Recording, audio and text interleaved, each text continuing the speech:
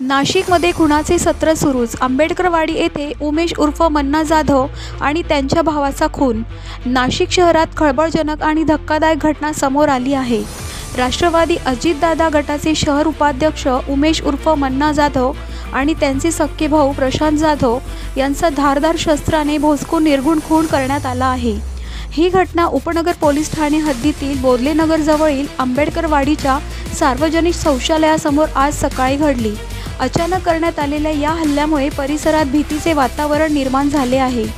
नाशिक शहरात गेल्या काही दिवसांपासून खून, हाणामाऱ्या आणि गंभीर गुन्ह्यांच्या घटना वाढत चालल्या आहेत. यामुळे नाशिक शहरातील कायदा आणि सुव्यवस्था पूर्णपणे ढासळली आहे असे चित्र दिसत आहे. खून आणि गुन्हेगारीचे प्रकार नित्याचे झाले आहेत अशी नागरिकांतून तीव्र प्रतिक्रिया व्यक्त होत आहे. दरम्यान पोलिसांनी घटनास्थळी धाव घेतली असून आरोपींच्या शोधासाठी विशेष पथक रवाना करण्यात आले आहे.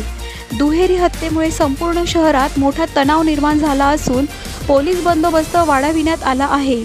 नाशिक परिसरात चॉपर, कोयते हे मध्य प्रदेश येथून आल्याचे समजते, परंतु पोलीस फक्त बघत आहे.